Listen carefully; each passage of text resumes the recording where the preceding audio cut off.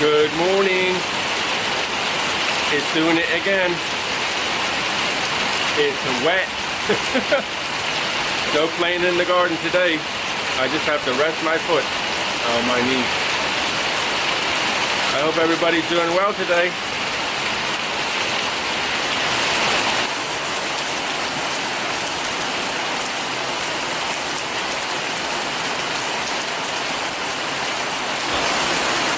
Even though it's pouring with rain, it's still pretty out here, isn't it? Look at that, way over there, all those red flowers in the rain.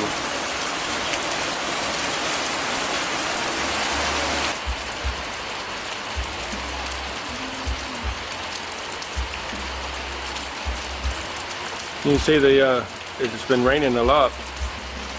Look at the water puddling in the middle of the garden there, see it?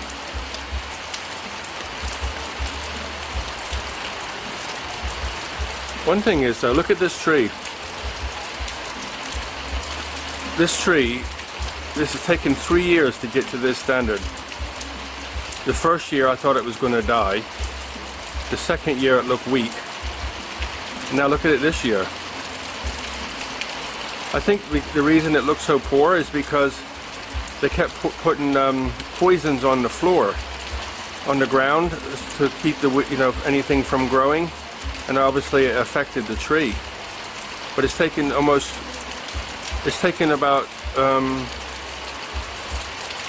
3 years and a couple months for this to happen. It looks really beautiful now. Look at that, lots of green leaves and lots of beautiful flowers. Yeah, so it's taken a long time for it to look better, but I'm very happy. You know, it upset me a bit that I showed you those trees before in Angtong. There's a road that is lined with them, and it's absolutely beautiful. I've showed you that before. And I come back and I look at mine, and like my tree here, and I go, what can I do to get you to grow? And I just kept feeding it iwa and cow poo and water and cow poo and water. And I think now the poisons finally got out of the ground, and it's come alive, and with this water it'll be, but the flowers should all fall off soon, but then the tree will grow. And you've seen it has a lot of new growth on it, so that means it's healthy and moving, so I'm very happy with that. So next year it should be like woohoo, like all the other big yellow, like it basically turns to a yellow ball, because what happens is the leaves will be there, and then the leaves will turn brown and fall off, and then within a week or two the flowers will come, and then like maybe 2 weeks after that the new leaves come. So leaves don't fall off and wait 3 months, they fall off and come straight back on a lot of trees here. Cool, eh? Cool for gardening. You don't have to spend 3 months looking at a bare tree. When I had my other house, when I did this before, I liked winter, I liked the cold, and it kind of gave me a break from gardening. But when you look at the trees and the flower, like no flowers, trees are bare, it was like, dude, what happened? But anyway, don't have that here.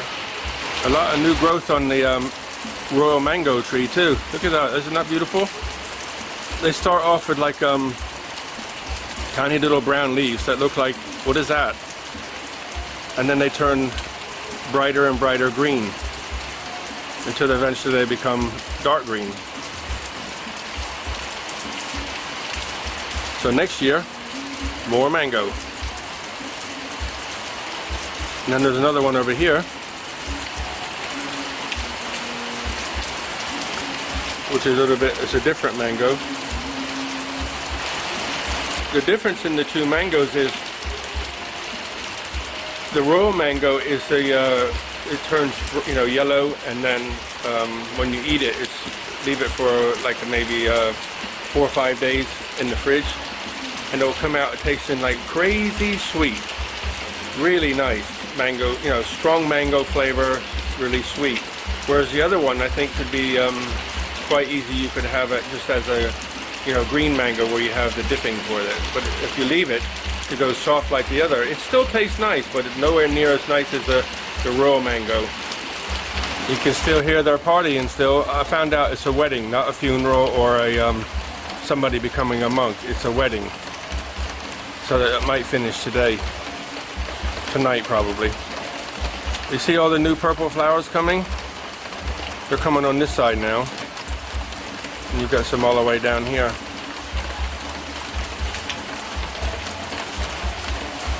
No need to water today. I think everybody's going to have enough water for a couple of days. What do you think?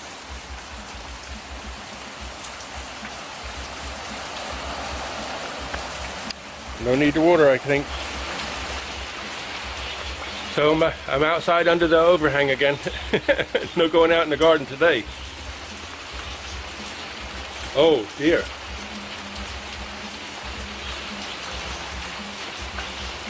Let me show you this. So, I don't know if you can't see that, I don't think. But the farmer's field is flooded.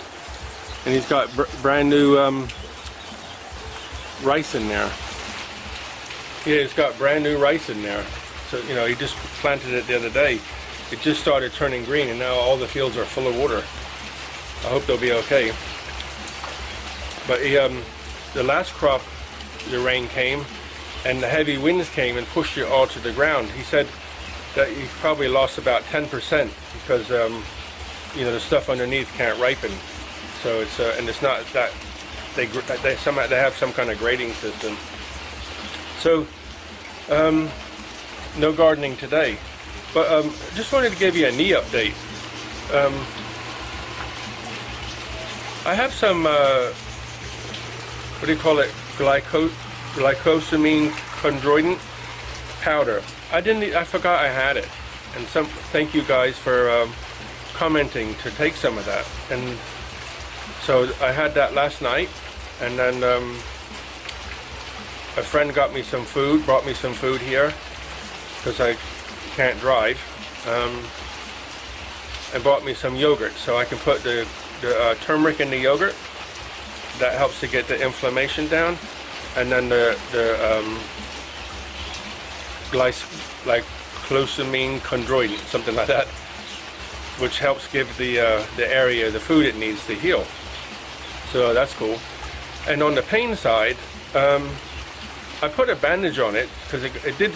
When I first woke up this morning, I was pottering about a little bit, you know, shuffling around, and it swelled right up like a balloon. So I put a bandage on it and laid on the bed.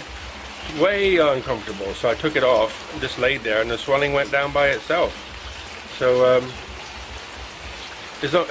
but you know, I'm not a person who can sit around. It's very difficult for me to be still. But actually, yesterday I napped quite a bit, which is, you know, which is fine, healthy. You know what's funny though? In my younger days, I played basketball like all the time, non-stop, and I broke my ankle. Well, not the.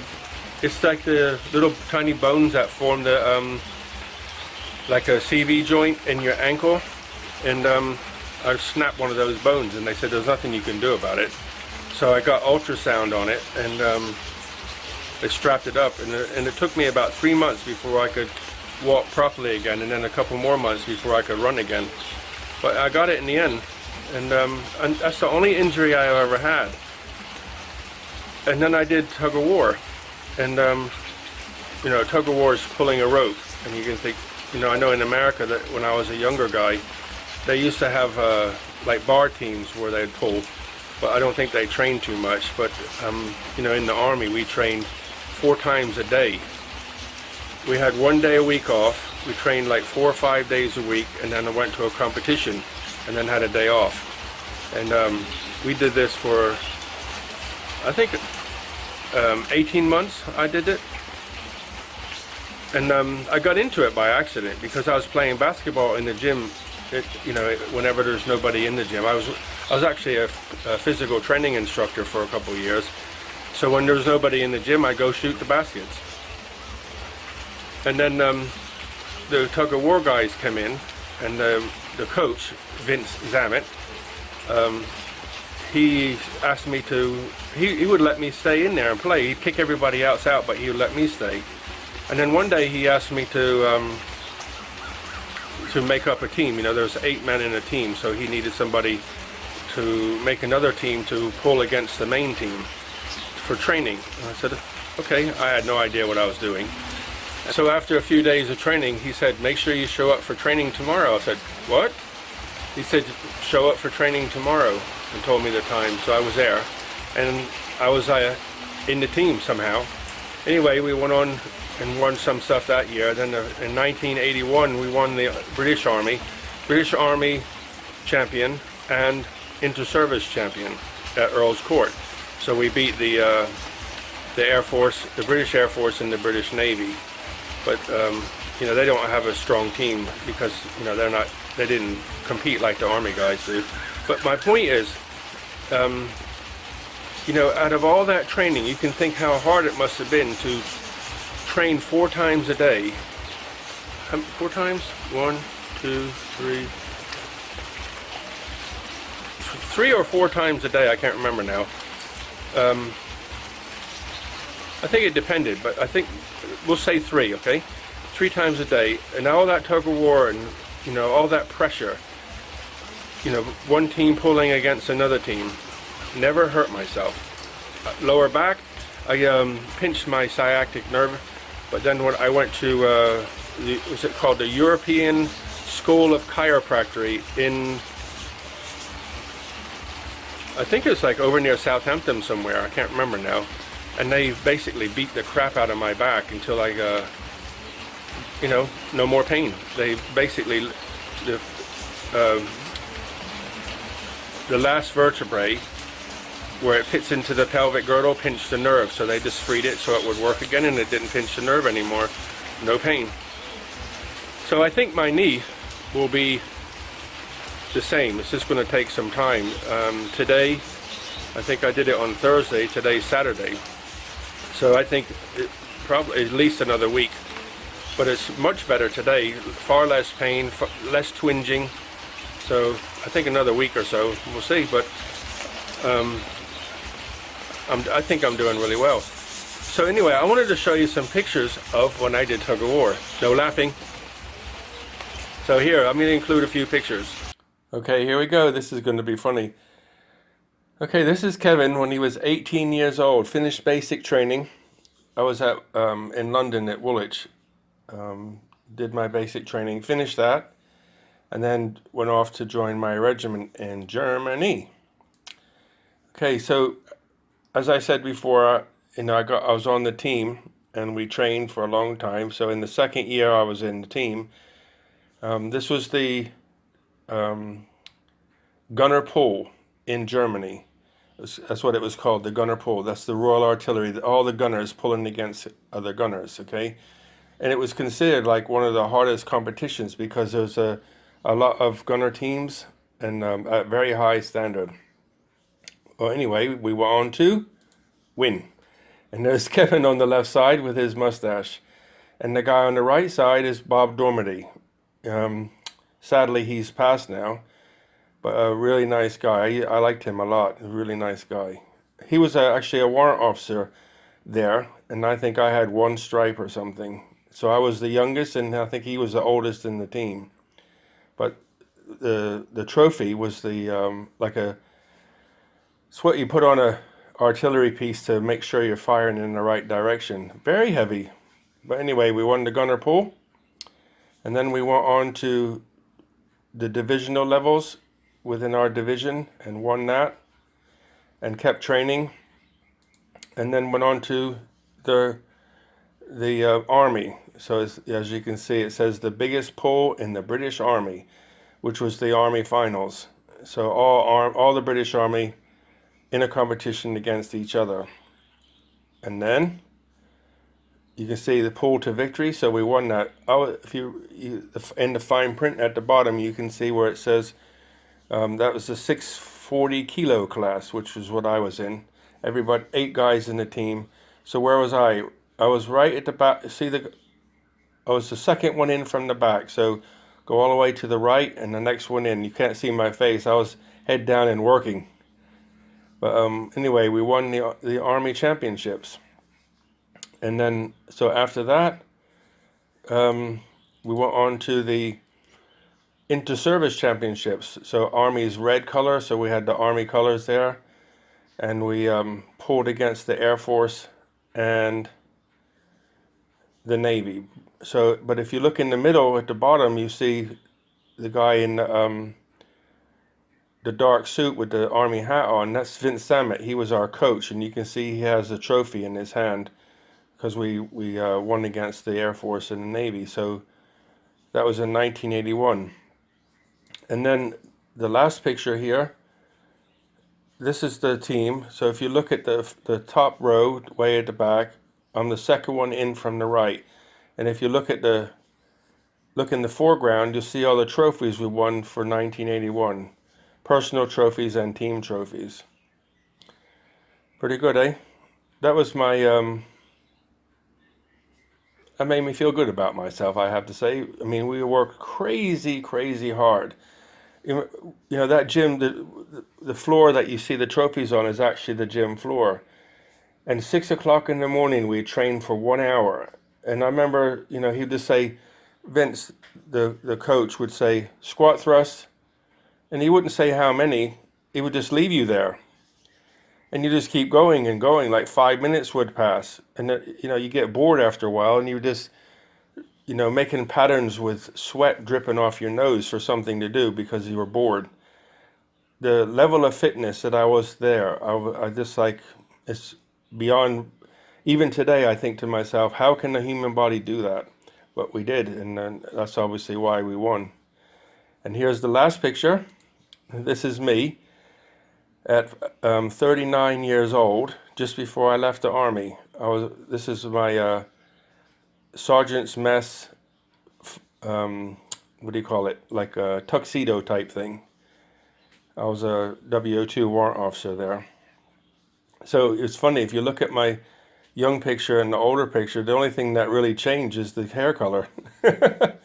Funny. Okay guys, I hope you enjoyed that. No laughing, right? I was a skinny boy back then, huh? And a mustache. Okay, I'm gonna sign off and go in the house and chill out a little while. What do you think? Look after yourselves. Take it easy. See you tomorrow. All the best. Bye.